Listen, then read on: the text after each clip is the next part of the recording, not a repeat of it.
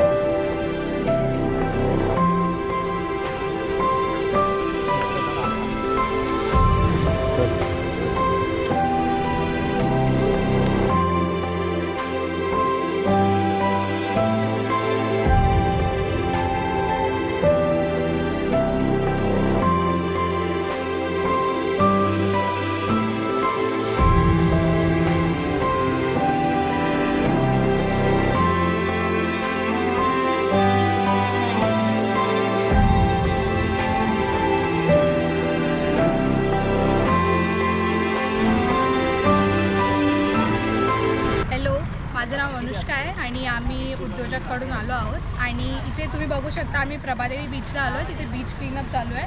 Almost 60 to 70 लोक आले आहेत आणि आम्ही सर्वांनी एक एक स्पॉट घेतले, सर्व ग्रुप्समध्ये डिवायडेड आहेत आणि त्या लोकांना एकत्र करतो आहे। सगळा कचरा एकत्र करून मग इकडे MCGMवाले पण आहेत, जे लोक जो साठवलेला कचरा आहे तो गोळा करायला आलेले आहेत।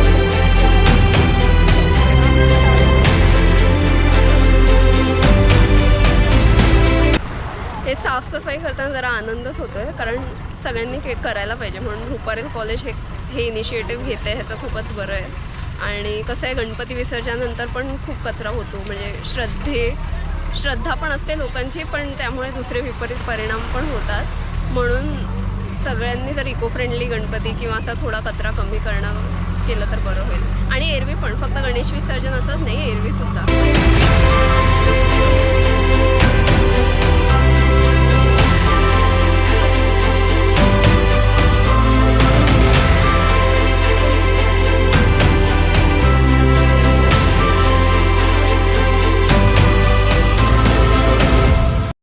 आपण आज जे बीच क्लीनअप अरेंज केलं, तुम्ही सगळे इथे बघू शकता की आपले सगळे volunteers, new volunteers, old volunteers सगळे क्लीनअप करत आहेत। तर त्याचं मेन कारण हेच होतं की पहिलं तर आपल्या नेचरसाठी काहीतरी आपलं देणं लागतं आणि आपणच कुठेतरी हा केलेला कचरा आहे, म्हणजे फिजिकली आपण नाही केलं तरी आपण ह्युमन बीन्सने केलेला कचरा आहे, तर ते आपली कुठेतरी जबाबदारी असते नेचरकडे। नेचर आपल्याला एवढं काय देतं, आपल्याकडे एवढे चांगले बीचेस वगैरे आहेत, आपण मुंबईमध्ये राहतो, तर मला असं वाटतं की आपण जेव्हा बीचवर येतो तेव्हा आपण मजा करतो, मस्ती करतो, पण आपण येताना जे आपण खायला प्यायला घेऊन येतो तो कचरा आपण परत न्यायला पाहिजे, परत जाताना आपल्यासोबतच। बिकॉज आपण कुठेतरी तो आता इथे सोडून जाऊ, तो परत त्या पाण्यात जातो आणि तेच पाणी नंतर आपल्याला बाहेर येतं, ते समुद्र बाहेर फेकतोय। त्यामुळेच हा जो इथे झालेला कचरा आहे तो मला वाटतं की नाही झाला पाहिजे।